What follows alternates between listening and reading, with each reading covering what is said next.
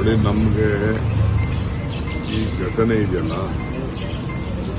ನಾವು ಯಾರು ಇಂಥ ಪರಿಸ್ಥಿತಿ ನಮ್ಮ ರಾಜ್ಯದಲ್ಲಿ ನಿರ್ಮಾಣ ಆಗ್ತದೆ ಅಂತ ನಾವು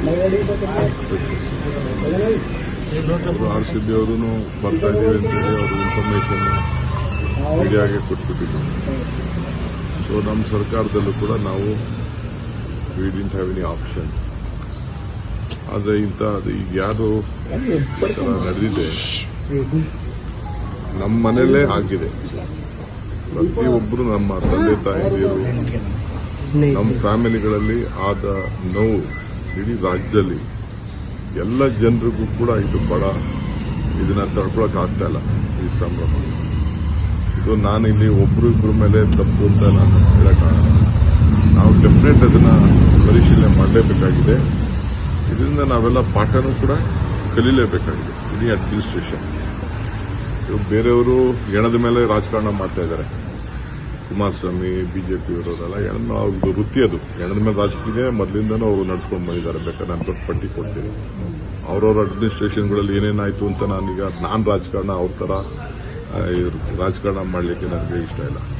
ಬಟ್ ನನಗೆ ಐ ಆಮ್ ವರಿಡ್ ಅಬೌಟ್ ಆ ಪಾಪ ಮಕ್ಕಳು, ಆ ಚಿಕ್ಕ ಮಕ್ಕಳು ಬಹಳ ನಾನು ನೋಡಿದೆ ಅಂತ 15 ವರ್ಷ ಮಕ್ಕಳು ಎಲ್ಲ ಈ ರೀತಿ ಆಗಿದ್ದವು. 10 ಜನ ನಾನು ನೋಡಿದ್ದೀನಿ, ನನ್ನ ಕಣ್ಣಲ್ಲಿದೆ. ಯಾರು ಯಾವ ಫ್ಯಾಮಿಲಿನೂ ಡೈಜೆಸ್ಟ್ ಮಾಡ್ಕೊಳ್ಳೋಕೆ ಸಾಧ್ಯ ಇಲ್ಲ. ಪೊಲೀಸ್ ಕಮಿಷನರ್ ಅವರು ನನಗೆ ಇಮಿಡಿಯೇಟ್ ಆಗಿ 10 ಮಿನಿಟ್ಸ್ ಅಲ್ಲಿ ಕ್ಲೋಸ್ ಮಾಡ್ಸಕ್ಕೆ ಒಂದು ಮಾಡಿ ಅಂತ ಹೇಳೋರು. ಇಮಿಡಿಯೇಟ್ ನಾನು ರಶ್ ಮಾಡಿದೆ ಅಲ್ಲಿಗೆ. ಪಾಪ ಪೊಲೀಸ್ ಕಮಿಷನರ್ ಬಂದು ಹೇಳಿದ್ರು, ಇತ್ತಿರಿ 1-2 ಏನೋ ಹೆಚ್ಚು ಕಮ್ಮಿ ಆಗಿದೆ, ಸ್ವಲ್ಪ ಇಮಿಡಿಯೇಟ್ ಆಗಿ ರಶ್ ಮಾಡಿ 10 ನಿಮಿಷದಲ್ಲಿ ಮುಗಿಸಕ್ಕೆ ನೀವು ಏರ್ಪಾಟ್ ಮಾಡಿ ಅಂತ. ನಾನು ಇವರು ಮ್ಯಾನೇಜ್ಮೆಂಟ್ ಅವರು, KCA ಮ್ಯಾನೇಜ್ಮೆಂಟ್ ಅವರು ಹೋಗಕ್ಕೆ ಆಗ್ತಿರ್ಲಿಲ್ಲ.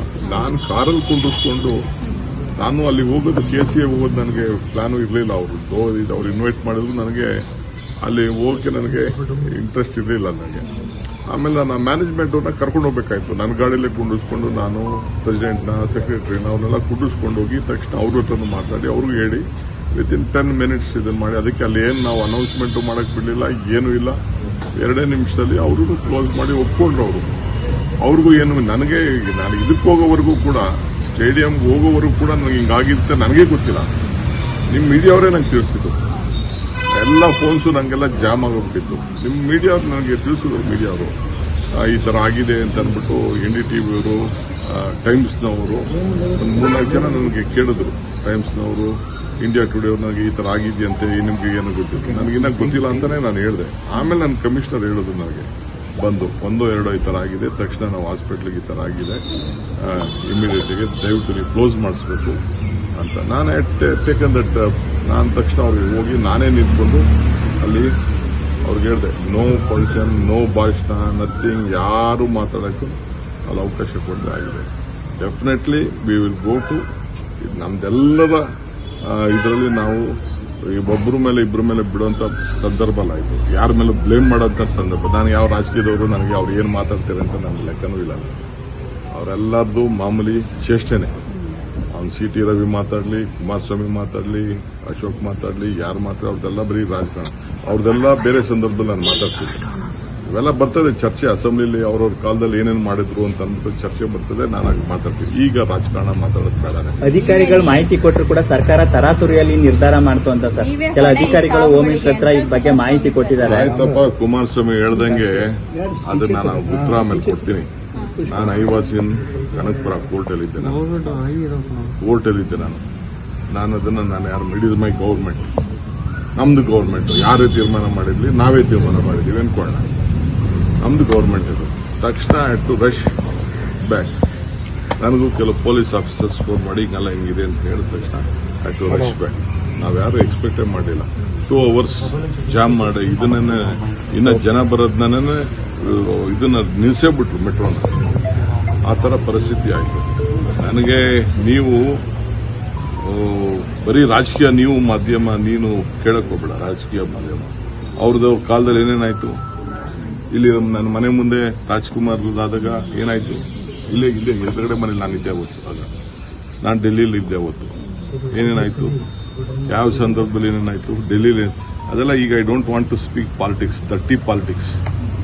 ಅವರು ಯಾವತ್ತೂ BJP and JDS always plays politics on dead bodies. That is their life. This one ಯಾವ their agenda, political agenda. But they should see what they have done. We are deeply hurt. It is our own family, all the members, the image of Karnataka, the image of Bangalore. Yes, we take it. We are not blaming on others. Though it has happened very unexpectedly. We never expect, no one expected such a crowd.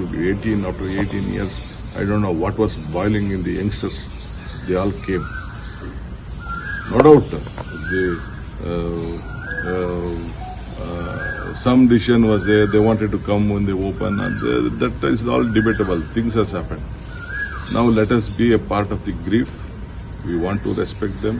It is our family members. We all are. My CM is also shocked. My Home Minister is also shocked. The entire government is shocked. The state is mourning for this.